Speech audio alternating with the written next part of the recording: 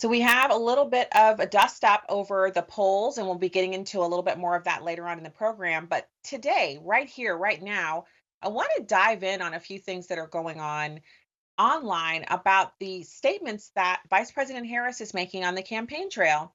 She calls it gauging, but she's talking about price gouging in this particular instance. One of the things she says she'll do on day one is put a stop to price gouging, which, if you think about it, I don't know how she's going to do that without causing shortages and also possibly even a black market. When you're talking about food, there'll be bread lines. There'll literally be people lining up to buy food, and there won't be enough. Do you think Americans are really ready for bread lines in 2024? Especially when we live in a land that's so plentifully supplied with food and the ability to grow and create eating products, food stuffs for us. It just seems almost incomprehensible that she would propose that, but here we are. So Scott Jennings was on television talking about her new ideas to fight and stop what she calls price gauging. Take a look.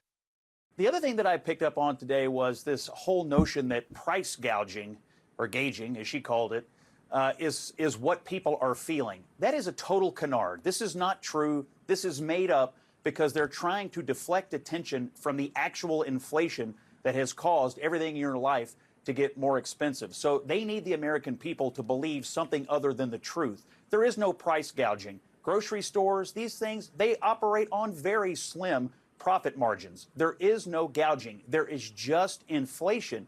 So to go out and say, oh, I'm going to get the federal government involved in setting prices or capping prices or interrupting the flow of the free market economy, let me tell you something. If you like bread lines, product shortages, black markets, hoarding, if you want to recreate the happy economic conditions of The Walking Dead, Kamala Harris has a plan for you.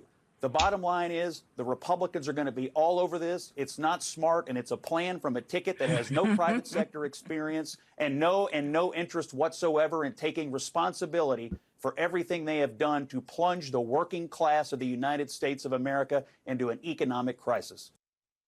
So the thing that I'm hearing from Scott Jennings there is an accurate breakdown of what happens when leaders try to step into the private sector and dictate to businesses what they can charge. Now, the bad example here is one that was proposed by President Trump and then repealed by the Harris-Biden administration and then re-implemented, which is a price control on insulin.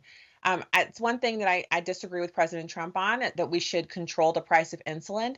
We should instead reduce regulations and make it possible for businesses to charge less by reducing government intervention and their role in driving up prices. What I'm seeing here is this unbelievable, it's hubris, actually. It's people acting as if they themselves are in charge of what goes on in the private sector because they're in government. And Kamala Harris has this kind of hubris in spades. So then you have these polls showing that Kamala Harris and the Democrats are gaining momentum. Well, Senator J.D. Vance is now the vice presidential nominee for the Republicans, and he had some thoughts on that, and he was chatting with Shannon Bream, and he had this to say. Take a listen. With another poll we got out this morning, Washington Post, ABC, they're giving the vice president nationally a 4 to 5 point lead. Those are new numbers. So if you think the momentum is not swinging or your internal polls are suggesting differently, every other poll that's been released has shown great momentum in her direction. You know, Shannon, I think there are a lot of polls that actually show her stagnating and leveling off. Of course, ABC Washington Post was a wildly inaccurate pollster in the summer of 2020. And look, if you see the numbers that we're seeing and you actually talk to the American people, I feel extremely confident that we're going to be in the right place come November. We can't worry about polls. We have to run through the finish line and encourage everybody to get out there and vote.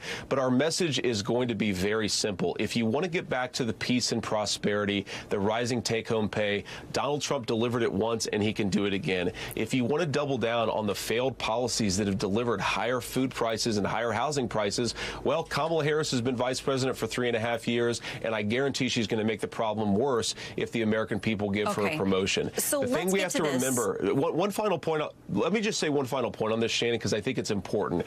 Consistently, what you've seen in 2016 and 2020 is that the media uses fake polls to drive down Republican turnout and to create dissension and conflict with Republican voters. I'm telling you, every single person who's watching this, the Trump campaign is in a very, very good spot. We're going to win this race. We just have to run through the finish line. So when we're sitting here and listening and looking at all of this, when we're finding ourselves in this position where we see them using the polls as a means to distract and depress Republican turnout, it is important that you consider what they're dealing with. So what is behind this constant flogging of the polls and this, this idea that Harris is 5 points to 8 points ahead of President Trump?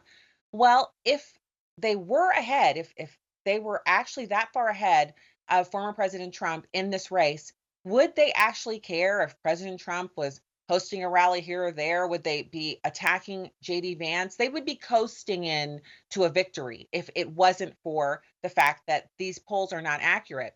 What I think they're doing, actually, besides an attempt to depress voter turnout on the GOP side, as Vance just described there, is they're distracting away from their real problem, which is a cleaving away from the Democrats by Black voters.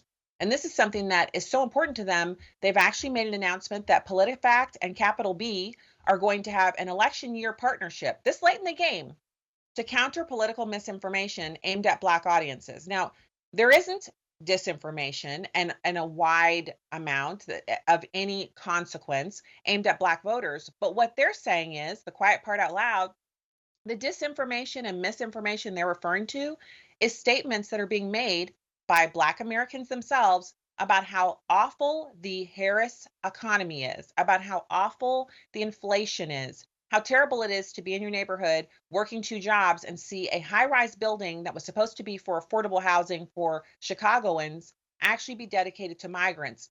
And these videos are going viral online, millions of views, millions of people looking at these videos and sharing them amongst themselves. And they see the poll numbers between themselves and Democrats for the Black vote. It's actually going downhill. They're losing these voters. So newsrooms of PolitiFact and Capital B will collaborate this election cycle on fact checks and analysis of issues that are important to Black Americans. Now, I'll stop right there. Why is it always issues that are important to Black Americans? Like Black Americans don't buy gas, buy groceries, pay rent or mortgages, check books out of the library, go to concerts, take vacations, live average everyday lives.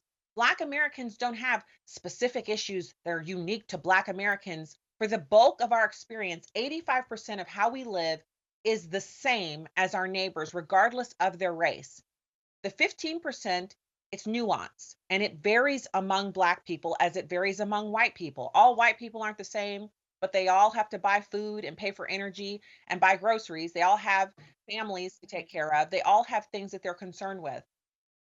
So I think this announcement is an acknowledgement that they're having trouble with one of their core constituencies.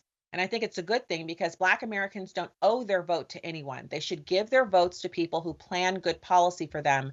And this is absolutely something that has to happen this election cycle. The Democrats need to learn that they should have better policy, not replacements for their voters. Coming up, Trump's polling numbers are actually better than 2020 by a lot. I'll have more for you on that.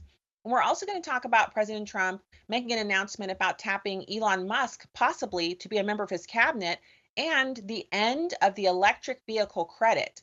That would be something, wouldn't it?